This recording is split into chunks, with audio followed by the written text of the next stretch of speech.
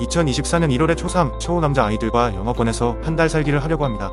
비용은 비행기, 숙소, 생활비 모두 합해서 400만원으로 잡았습니다. 수중에 돈이 많지 않기 때문에 저렴하면서도 실용적이고 아이들이 영어에 친해질 수 있으면 더욱 좋기 때문에 여러 나라 중에서 필리핀으로 정했습니다.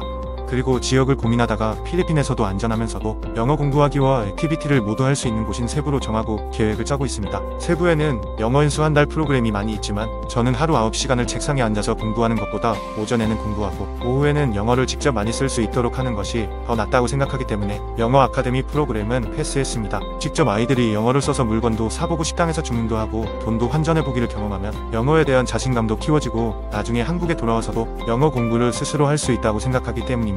물론 아이들의 아빠인 제가 영어는 어느 정도 하고 해외 경험도 많으니 이렇게 시도할 수 있는 것입니다. 나라와 장소를 정했기 때문에 최우선적으로 비행기표를 알아봤습니다.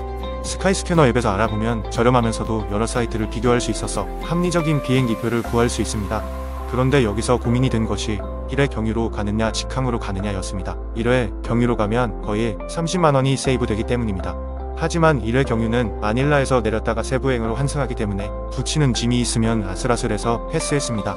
저 혼자라면 어떻게든 할 수 있겠지만 아이들 둘과 입국 심사를 마치고 짐을 찾아서 세부행 비행기를 타기에는 2시간의 여유 시간은 부족하다고 생각했기 때문입니다. 그리고 아이들이 밤 비행기를 타고 와서 환승하면 너무 피곤할 수도 있기 때문에 직항으로 정했습니다. 직항으로 정하고 찾아보니 제주항공이 적합했습니다. 밤 10시에 출발해서 그 다음날 새벽 1시 50분에 도착하는 스케줄이었습니다. 여기서 또 주의할 점은 귀국 날짜입니다. 필리핀은 30일 무비자여서 들어가는 날짜부터 돌아오는 날짜가 30일이 넘으면 안 되기 때문입니다. 물론 돈 내고 비자를 연장할 수는 있지만 그러려면 비용도 비용이지만 시간 낭비와 스트레스가 심하기 때문에 30일 기한을 최대한 맞췄습니다. 1월 10일에 출국해서 6월 8일에 귀국하는 스케줄이기 때문에 29일 체류라고 생각했는데 필리핀에 입국하는 날짜가 1월 10일이기 때문에 필리핀에 있는 기간은 총 28일입니다. 아주 안전합니다. 비행기 값은 성인 1, 소아이 모두 합쳐서 왕복 135만 5,200원입니다. 성공입니다. 비행기표를 예약했기 때문에 이제는 아이들과 묵을 숙소를 찾았습니다. 아무래도 한 달 정도 살기 때문에 에어비앤비로 알아봤습니다. 여기서 문제는 숙소를 세부섬으로 하느냐 막탄섬으로 하느냐였습니다. 둘 다 섬이기 때문에 다른 곳이라고 생각하실 수도 있겠지만 막탄섬과 세부섬은 서로 연결되어 있어서 하나라고 생각하시면 됩니다. 다만 두 곳이 조금 다른 성향을 가지고 있습니다. 막탄섬에는 공항이 있고 크기가 작은 반면에 세부섬은 크기도 크고 인구 밀도도 높습니다. 막탄섬은 숙소 비용이 세부섬보다 저렴한 특징이 있는 반면에 편의시설이 많지 않다는 단점도 있습니다. 세부섬은 막탄섬보다 숙소 비용은 비싸지만 편의시설이 많이 있습니다. 블로그나 유튜브를 보니 해양 체험을 하려면 막탄섬을 추천하고 영어 공부를 하려고 하면 세부섬을 추천했습니다. 영어학원도 거의 세부섬에 몰려 있었습니다. 이번 여행의 목적이 단순 놀기가 아니라 영어 공부도 해야 하기 때문에 막탄섬이 아니라 세부섬으로 결정했습니다. 이제 세부섬에서도 중심가인 세부시티의 숙소를 구해야 하는데 그 위치를 고민하다가 어떤 블로그 글을 보고 숙소 위치를 정하게 되었습니다. 그분은 올해 세부에서 아이와 한 달 살게 하셨다가 내년에 다시 가실 계획이더군요. 그분이 추천한 곳은 아비다 타워였습니다.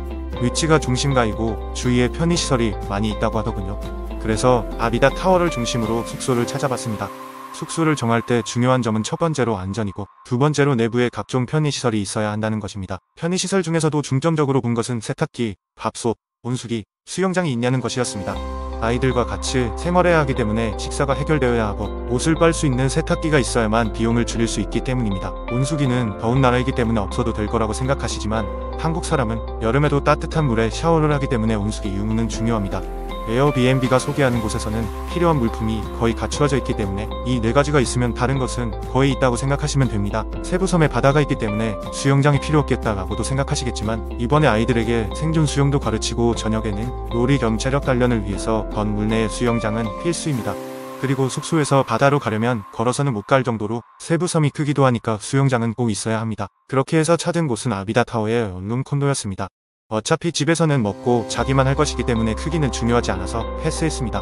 모든 것을 갖추고 좁은 곳을 고를 것이냐와 크지만 없는 것이 있는 곳을 고르느냐에서 모든 것을 갖추고 좁은 곳으로 최종 결정했습니다. 비용은 77만원, 새벽에 도착하기 때문에 호스트에게 미리 새벽 체크인 가능성을 물어보고 결제했습니다. 이제 비행기와 숙소를 정했기 때문에 세부에서 아이들과 어떻게 공부하면서 놀 것인가를 고민해야 하겠습니다. 구독, 좋아요 부탁드립니다.